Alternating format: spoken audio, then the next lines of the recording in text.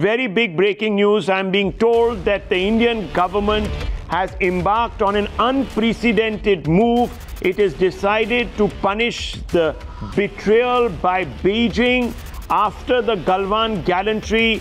It is now the state that is leading the charge against the Chinese Communist Party and the Chinese government. A whole host of Chinese apps have been delisted by the Indian government. So these apps will no longer be legal in this country. Let's go straight across to Navika Kumar for more on this story. Navika, what are these apps and why has the government contemplated this step, given the fact that many people have been saying over the last few days that, oh, you can't do all of this, you'll crash the entire economy, etc., if you take punitive measures against China? This is the Ministry of Electronics and IT, and this is where they say,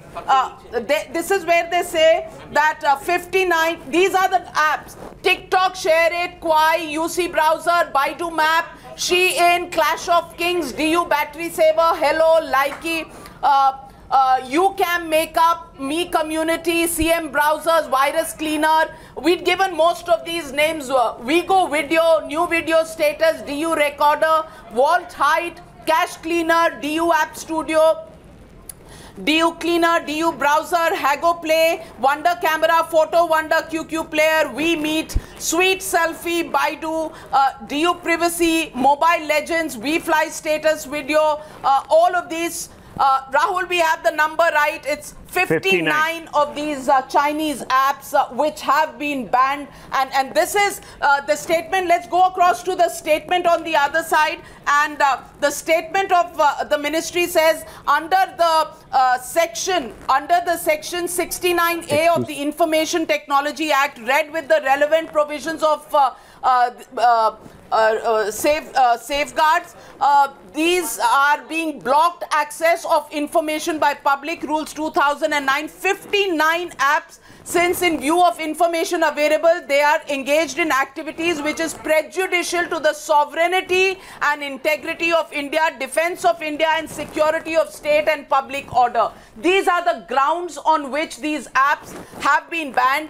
It's also being stated here, over the last few years, India has emerged as a leading innovator when it comes to technological advancement and a primary market in the digital space. At the same time, there have been raging concerns on aspects relating to data security and safeguarding of privacy of 130 crore Indians. It has been noted recently that such concerns also pose a threat to the sovereignty and security of our country. Exactly the reasons that we've been pointing out have been the grounds on which this ban has been imposed. And it says the compilation of this data, its mining and profiling by elements hostile to national security and defense of India, which ultimately impinges upon the sovereignty and integrity of India, is a matter of very deep and immediate concern which requires emergency measures. Emergency measures now being called in, and these emergency measures have led to the banning. It says the Indian Cybercrime Coordination Center, Ministry of Home Affairs, has also sent an exhaustive recommendation for blocking these malicious apps. This ministry has also received many representations raising concerns from citizens regarding security of data and risk to privacy relating to operation of certain apps. The Computer Emergency Response Team, CERT-IN, has also received many representations from citizens regarding security of data and breach of privacy impacting upon public order. Likewise, there have been similar bipartisan concerns flagged by various public representatives. So here it is: security, national integrity, defense of India have been the grounds, and under section 69A of the IT Act 2009, the government has decided to ban these 59 Chinese apps. This is the first strike that has been made by Prime Minister Modi against China. Absolutely.